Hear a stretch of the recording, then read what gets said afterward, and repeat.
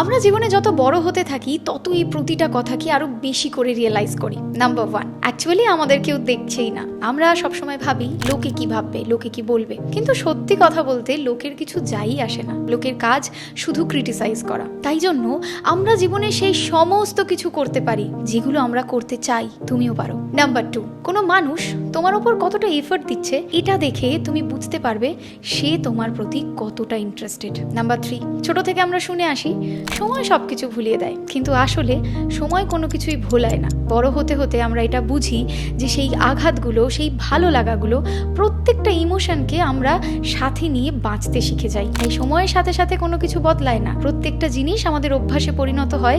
তাই মনে হয় এই আঘাতটা আমার আর খারাপ লাগছে না। নাম্বার 4, যে দিনটা আমরা প্রত্যেক দিন কাটাচ্ছি সেই দিনটাও কারোর কাছে স্বপ্নের মতো। তাই আমাদের উচিত প্রত্যেকটা দিনকে এনজয় করা, প্রত্যেকটা মুহূর্তকে এনজয় করা অ্যান্ড বি থ্যাঙ্কফুল এভরিডে।